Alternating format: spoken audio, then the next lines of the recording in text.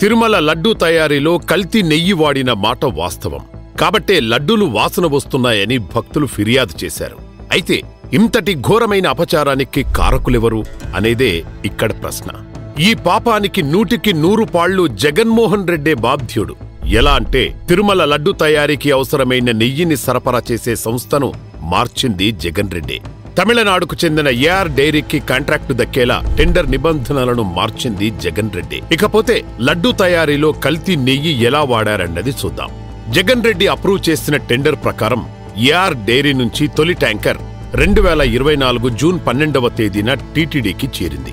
అలాగే June 20, 25, July 4వ తేదీలలో మరో 3 ట్యాంకర్లు వచ్చాయి. ఈ ట్యాంకర్ నుంచి జూన్ 12, 21, 25, జూలై 4వ తేదీలలో అంటే ఎప్పటికప్పుడు ట్యాంకర్లు వచ్చిన వెంటనే శాంపిల్స్ తీసి టీటీడీ ల్యాబ్కు నాణ్యత పరీక్ష కోసం పంపించారు. అయితే టీటీడీ ల్యాబ్లో కేవలం కొన్ని బేసిక్ పారామీటర్స్ అయిన moisture, RM value, rancidity, iodine value, milk fat లాంటి చిన్న చిన్న టెస్టింగ్లు మాత్రమే జరపడానికి వీలుంది. నెయ్యిలో జంతు కొవ్వు కలిసి ఉందా లేదా అని పరీక్షించగలిగే సామర్థ్యం, సౌకర్యం టీటీడీ ల్యాబ్కు లేదు. అందుకే బేసిక్ టెస్ట్ లో ఈ 4 ట్యాంకర్లు పాస్ అయిపోయాయి. దాంతో ఈ 4 ట్యాంకర్ల నెయ్యిని లడ్డు తయారీలో వాడేశారు. పైగా జగన్ గ్యాంగ్ ఇంతటి పాపానికి ఒడగడతారని ఎవరు మాత్రం ఊహించగలరు చెప్పండి. లడ్డూ తయారై భక్తులకు చేరాకే జగన్ చేసిన ఘోరంపై అనుమానం చెంది. ఎందుకంటే లడ్డూ వాసన రావడం, నిల్వ ఉండకుండా త్వరగా చెడిపోవడం, రుచి లేకపోవడం వంటి అవలక్షణాలు బయటపడడంతో భక్తులు లడ్డూపై టీటీడీకి ఫిర్యాదు చేశారు. అనుమానం అప్పుడే మొదలైంది. అదే సమయంలో జూలై 16న 2, 23న మరో 2 ట్యాంకర్ల నెయ్యిని ఏఆర్ డైరీ టీటీడీకి పంపించింది.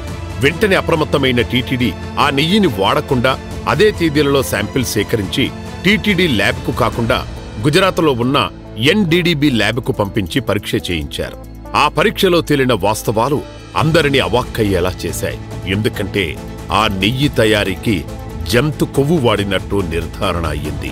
4 ట్యాంకర్స్, అప్పటికే 4 ట్యాంకర్స్ వచ్చేసాయి, దాన్ని వాడారు. 4 ట్యాంకర్స్ వచ్చాయి. 4 ట్యాంకర్స్ చెప్పినా ఎనలేదు కాబట్టి అక్కడి నుంచి ఈయనకుండే అధికారం ఉపయోగించుకొని ఎన్డీడీబీ ల్యాబ్కు పంపించాడు. ఎన్డీడీబీ ల్యాబ్కు పంపిస్తే అది 16/7/2024, 23/7/2024 రిపోర్ట్స్ బ్యాక్ వచ్చాయి. ఆ రిపోర్ట్స్ బ్యాక్ వస్తే ఆ రిపోర్ట్స్ ని బేస్ చేసుకొని అతను యాక్షన్స్ మొదలుపెట్టాడు.